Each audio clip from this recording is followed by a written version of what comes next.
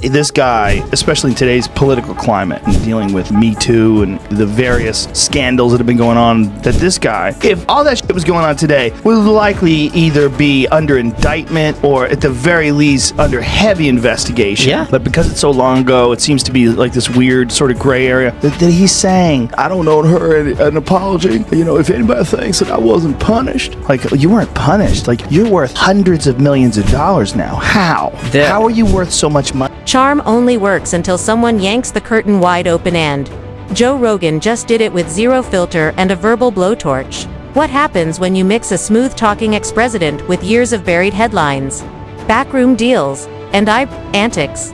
You get a takedown so brutal it slices straight through the legacy.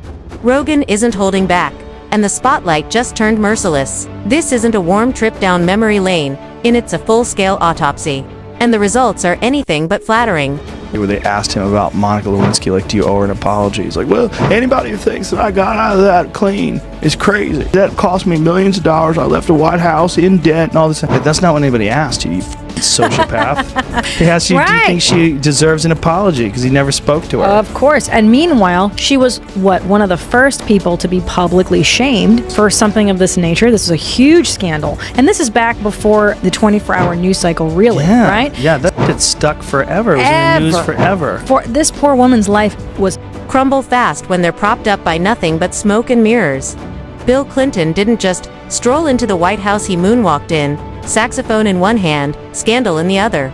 America's smooth-talking political rock star.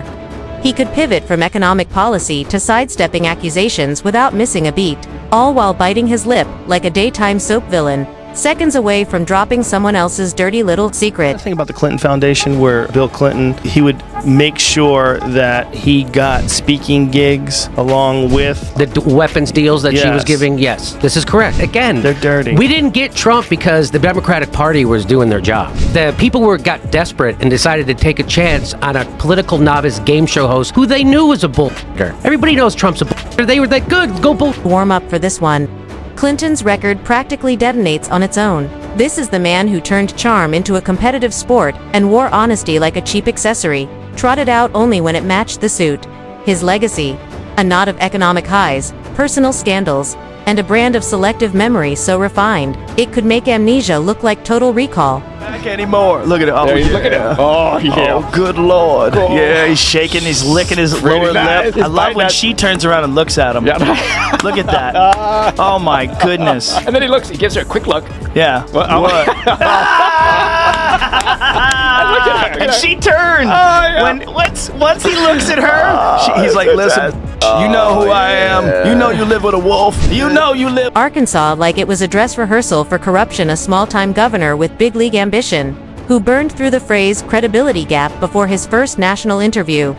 His campaign promises soured faster than milk in the midday sun, and his moral compass spun harder than a UFC fighter trapped in a wind tunnel. Rogan didn't even need a shovel. The scandals stacked themselves. A Vegas buffet of bad decisions served with a side of shameless media spin. Said that Monica Lewinsky was a grown woman and it wasn't an abuse of power. Get the fuck out of here. How old is Monica? She was 20. He was the president. Yeah, 20 is... You're a kid. He was the president. There's no more powerful person on earth. If that's not an abuse of power, what is an abuse of power? You're banging someone who works for you and you run the world? I know, dude. It's not even about Monica anymore. That was just the glitter on a mountain of chaos. Clinton treated the Oval Office like a backstage pass, blurring the line between executive privilege and the antics of a hormonal college freshman. Every apology was a clinic in dodging accountability. He didn't always lie outright, just airbrushed the truth until it was unrecognizable, a habit so polished, his lawyers could have had it stitched into custom bathrobes. There's so many other things that we know for a fact. The Clinton Foundation, for instance. So, the Iraq War. I'm old enough, Joe, to remember when being for the Iraq War was a disqualifier in a Democratic primary. That's where I'm from. That's why she lost to Barack Obama the first goddamn time she ran. Right. And all of a sudden, we're supposed to... Now people, like Joy Behar says, that was a long time ago. Forget about it. Why don't you go tell that to a soldier's... to a mother who's got a dead soldier? Why don't you go tell them that just died in an illegal war? Why don't you go tell that to a couple 100,000 Iraqis who are dead? Get over it. It was a long... He still played the saxophone because nothing says, trust me with foreign policy. like slipping jazz solos between depositions. Clinton's legacy isn't built on achievements so much as on the Olympic-level skill of dodging, weaving, and cracking jokes through every test of accountability. He wasn't just Teflon, he was Teflon shrink-wrapped in a press release, in polling data, and served with a generous side of spin. Rogan didn't blink. Clinton was a walking headline factory, capable of sneezing and setting off scandals in 3 time zones. He sold himself as a man of the people, sure, if the people means anyone too polite to ask real questions. More escapes than Houdini, fewer regrets than someone who rage quit morality. Rogan nailed it. Clinton's true gift was turning every scandal into a misunderstanding, as if America accidentally tripped into an impeachment trial. And those humanitarian speeches, perfectly timed sighs, that famous lip bite, and the "I feel your pain" acts so slick it could sell bottled water to a drowning man. Got a blowjob while he was our president. While me and you are paying our tax dollars, this guy's, and that's the one that he got caught in. How much other shit do we not know about? Why isn't there no nothing on Bill Clinton, on him being on Jeffrey Epstein's fucking charter fucking plane numerous times on 26 times. But on the one dude, that's how you know that he's doing something right. The one dude that's fighting for us, that's actually for the people. They want to crucify him. But they just don't want him president again, and they know that if he runs against Biden is so old. You know, no matter what you think about his policies, you hear him talk, and can't even make it down a flight of stairs, man. This wasn't leadership, it was a stage magician's routine, pulling shiny distractions from his sleeve, while public trust disappeared behind a velvet curtain. Clinton didn't build bridges. He torched them, then sold tickets to the fire, under the guise of charity. His presidency unfolded like a slow-motion car wreck, narrated by campaign consultants and spin doctors. Rogan didn't need smoke and mirrors to roast him. Clinton arrived with his own fireworks. His foreign policy was a blend of wait and see, and maybe they won't notice, while his domestic agenda amounted to look busy. When scandals erupted, his playbook was simple: deny, deflect, and slam on the brakes. Even after the dust settled, he drifted like a political ghost, haunting fundraisers, endorsement reels, and questionably managed foundations. His legacy is a masterclass in weaponizing charm to dodge accountability. He didn't fix America, he distracted it. His administration was essentially a years-long TED Talk on the fine art of plausible. You got a good clip. It's not bad. I gotta listen to him. If I listen to him, I can get it pretty good. What's he up to now? Not much. Hiding. Yeah. He's the world's done turned that. on him. Yeah, but he's also. Oh yeah, he had some rough. He's old, bro. Hill Well, Dog he's old had as some shit. rough ones. He's not just old. He's old. He had heart problems. Then he got on a vegan diet. And the vegan diet is like, you know, you got to do that. You got to be real good with that. If you want to do that and be healthy, you have to really dot your I's and cross your T's and make sure you get all your macronutrients and shit. And you got to take supplements. He just looks like this. You're in ketosis, man. Who got impeached would step out of the spotlight. Not Clinton. He wore disgrace like it was just another campaign. Stop. He didn't leave politics, he reinvented himself as an elder statesman. The political equivalent of a disgraced magician, still demanding applause after sawing credibility in half. And let's not pretend his post-presidency hustle scrubbed the record clean. For every cause he championed, there was a footnote longer than the mission statement.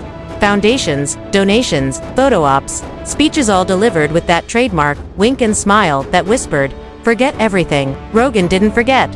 He dumped it all back on the table like a check nobody wanted to split. Sure, Clinton gave the country an economic high, but he left it with a moral hangover. He was the prom king of plausible deniability, the homecoming champ of half-truths, and somehow made your disappointment feel like your fault. Clinton didn't answer questions, he performed them.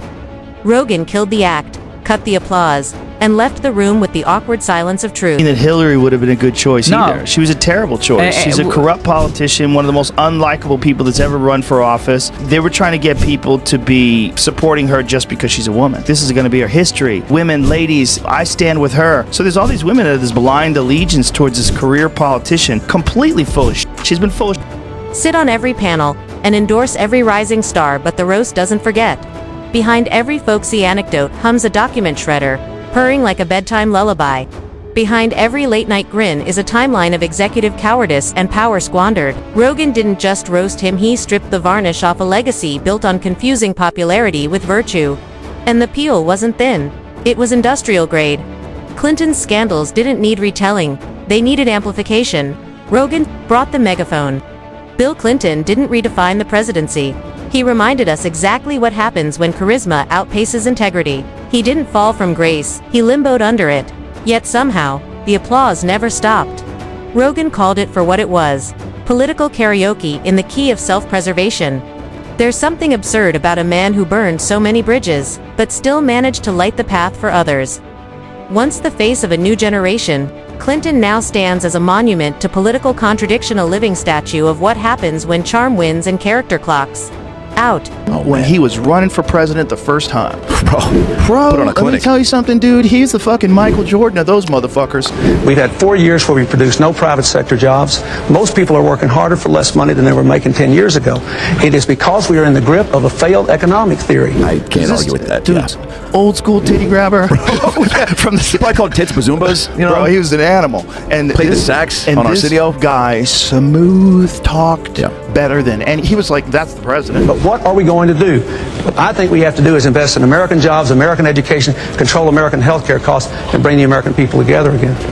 You hear him talk, you're like, that's our guy. Need to embellish, he just had to read the headlines. Even now, Clinton's name drifts through conversations like a family reunion plot twist. Part awe, part embarrassment, and entirely baggage.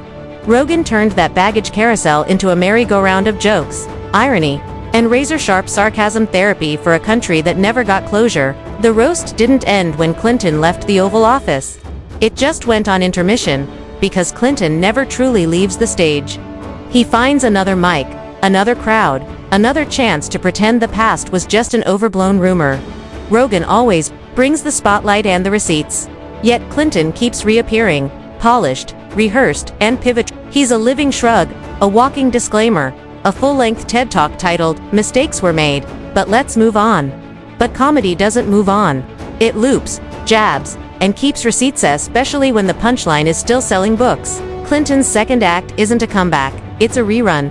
Rogan just hit play, cranked the volume, and let the audience gape at the absurdity we once called leadership. The roast is eternal, the damage permanent, and yes, the saxophone is still off dash key. A speaking fee. Like, no one wants to hear Hillary Clinton speak. Nobody ever has wanted to hear her speak. But if she's getting 400 grand from Goldman Sachs doesn't need to say, hey, by the way, you're going to get speaking fees. She knows it. That was why during the Trump debates with Clinton, he was like, release the transcripts of those speeches. And what is the transcript? Hey, guys, do we really need to be here, or can I go home? You know what I want. I want you guys to make money. Will you agree to release these transcripts? They have become an issue. Sure, if everybody does it, and that includes the Republicans, because we know they have made a lot of speeches. But look, what is this about? This is about whether I have the best plan to go after Wall Street, whether I have a record that already demonstrates my willingness to take on Wall Street and financial interests, and there's no question. Clinton's charm might have killed in the 90s.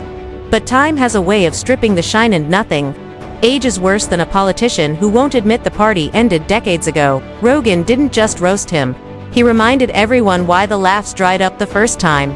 And the best part, this roast doesn't end. Every appearance, every nostalgic nod, Clinton gifts comedy, another bull's another relic from the past, soaked in too much cologne and nowhere near enough accountability. Rogan just honed the blade, and the cut will keep landing. Clinton's legacy reads like a napkin scribble from a steakhouse happy hour nobody wants to admit they still haunt. His version of long-term planning. Probably figuring out how to keep the interns quiet until he could survive a press conference without sweating through his tie. Sure, he could charm a cactus, but once the fog lifted, that charisma was just a mask for one of the most chaotic, self-serving joyrides through the White House in modern history. And the media. They practically massaged his shoulders while he set the gold standard for televised apologies. That saxophone was his set of jingling keys, just enough to distract the room while the wreckage smoldered behind him. I think Epstein had that giant painting of Bill Clinton in a dress in his foyer. Dude. Do you know that picture? Yeah. That painting? Epstein's taste in art was not great. Like, if you look at the shit... that was great. That painting is like, I got you, bitch. That's what that is. Oh, right. You got a president who was on the flight logs 26 times with Epstein, and you got that guy in a fucking dress in your house. Okay, I'm dumb. I'm sorry, dude. I'm officially dumb. Board chaos. There he was blasting jazz notes like that could fix foreign policy or undo trade deals that hit American workers like a wrecking ball. Accountability was his food allergy. Every scandal just another headline he danced around, as if subpoenas were autograph requests. People called him smooth, but all that meant was he dodged responsibility with Olympic precision. Clinton's diplomacy. Smiling while handing out economic leverage like Halloween candy, the only thing he exported better than American jobs was excuses. Somehow, he sold the nation on the idea that lowering standards was leadership. It was the golden age of low expectations where policy disasters got the same treatment as wardrobe malfunctions, a shrug, a distraction, and a saxophone solo. He didn't just bend the rules, he torched the playbook and sold the ashes as a masterclass in charm.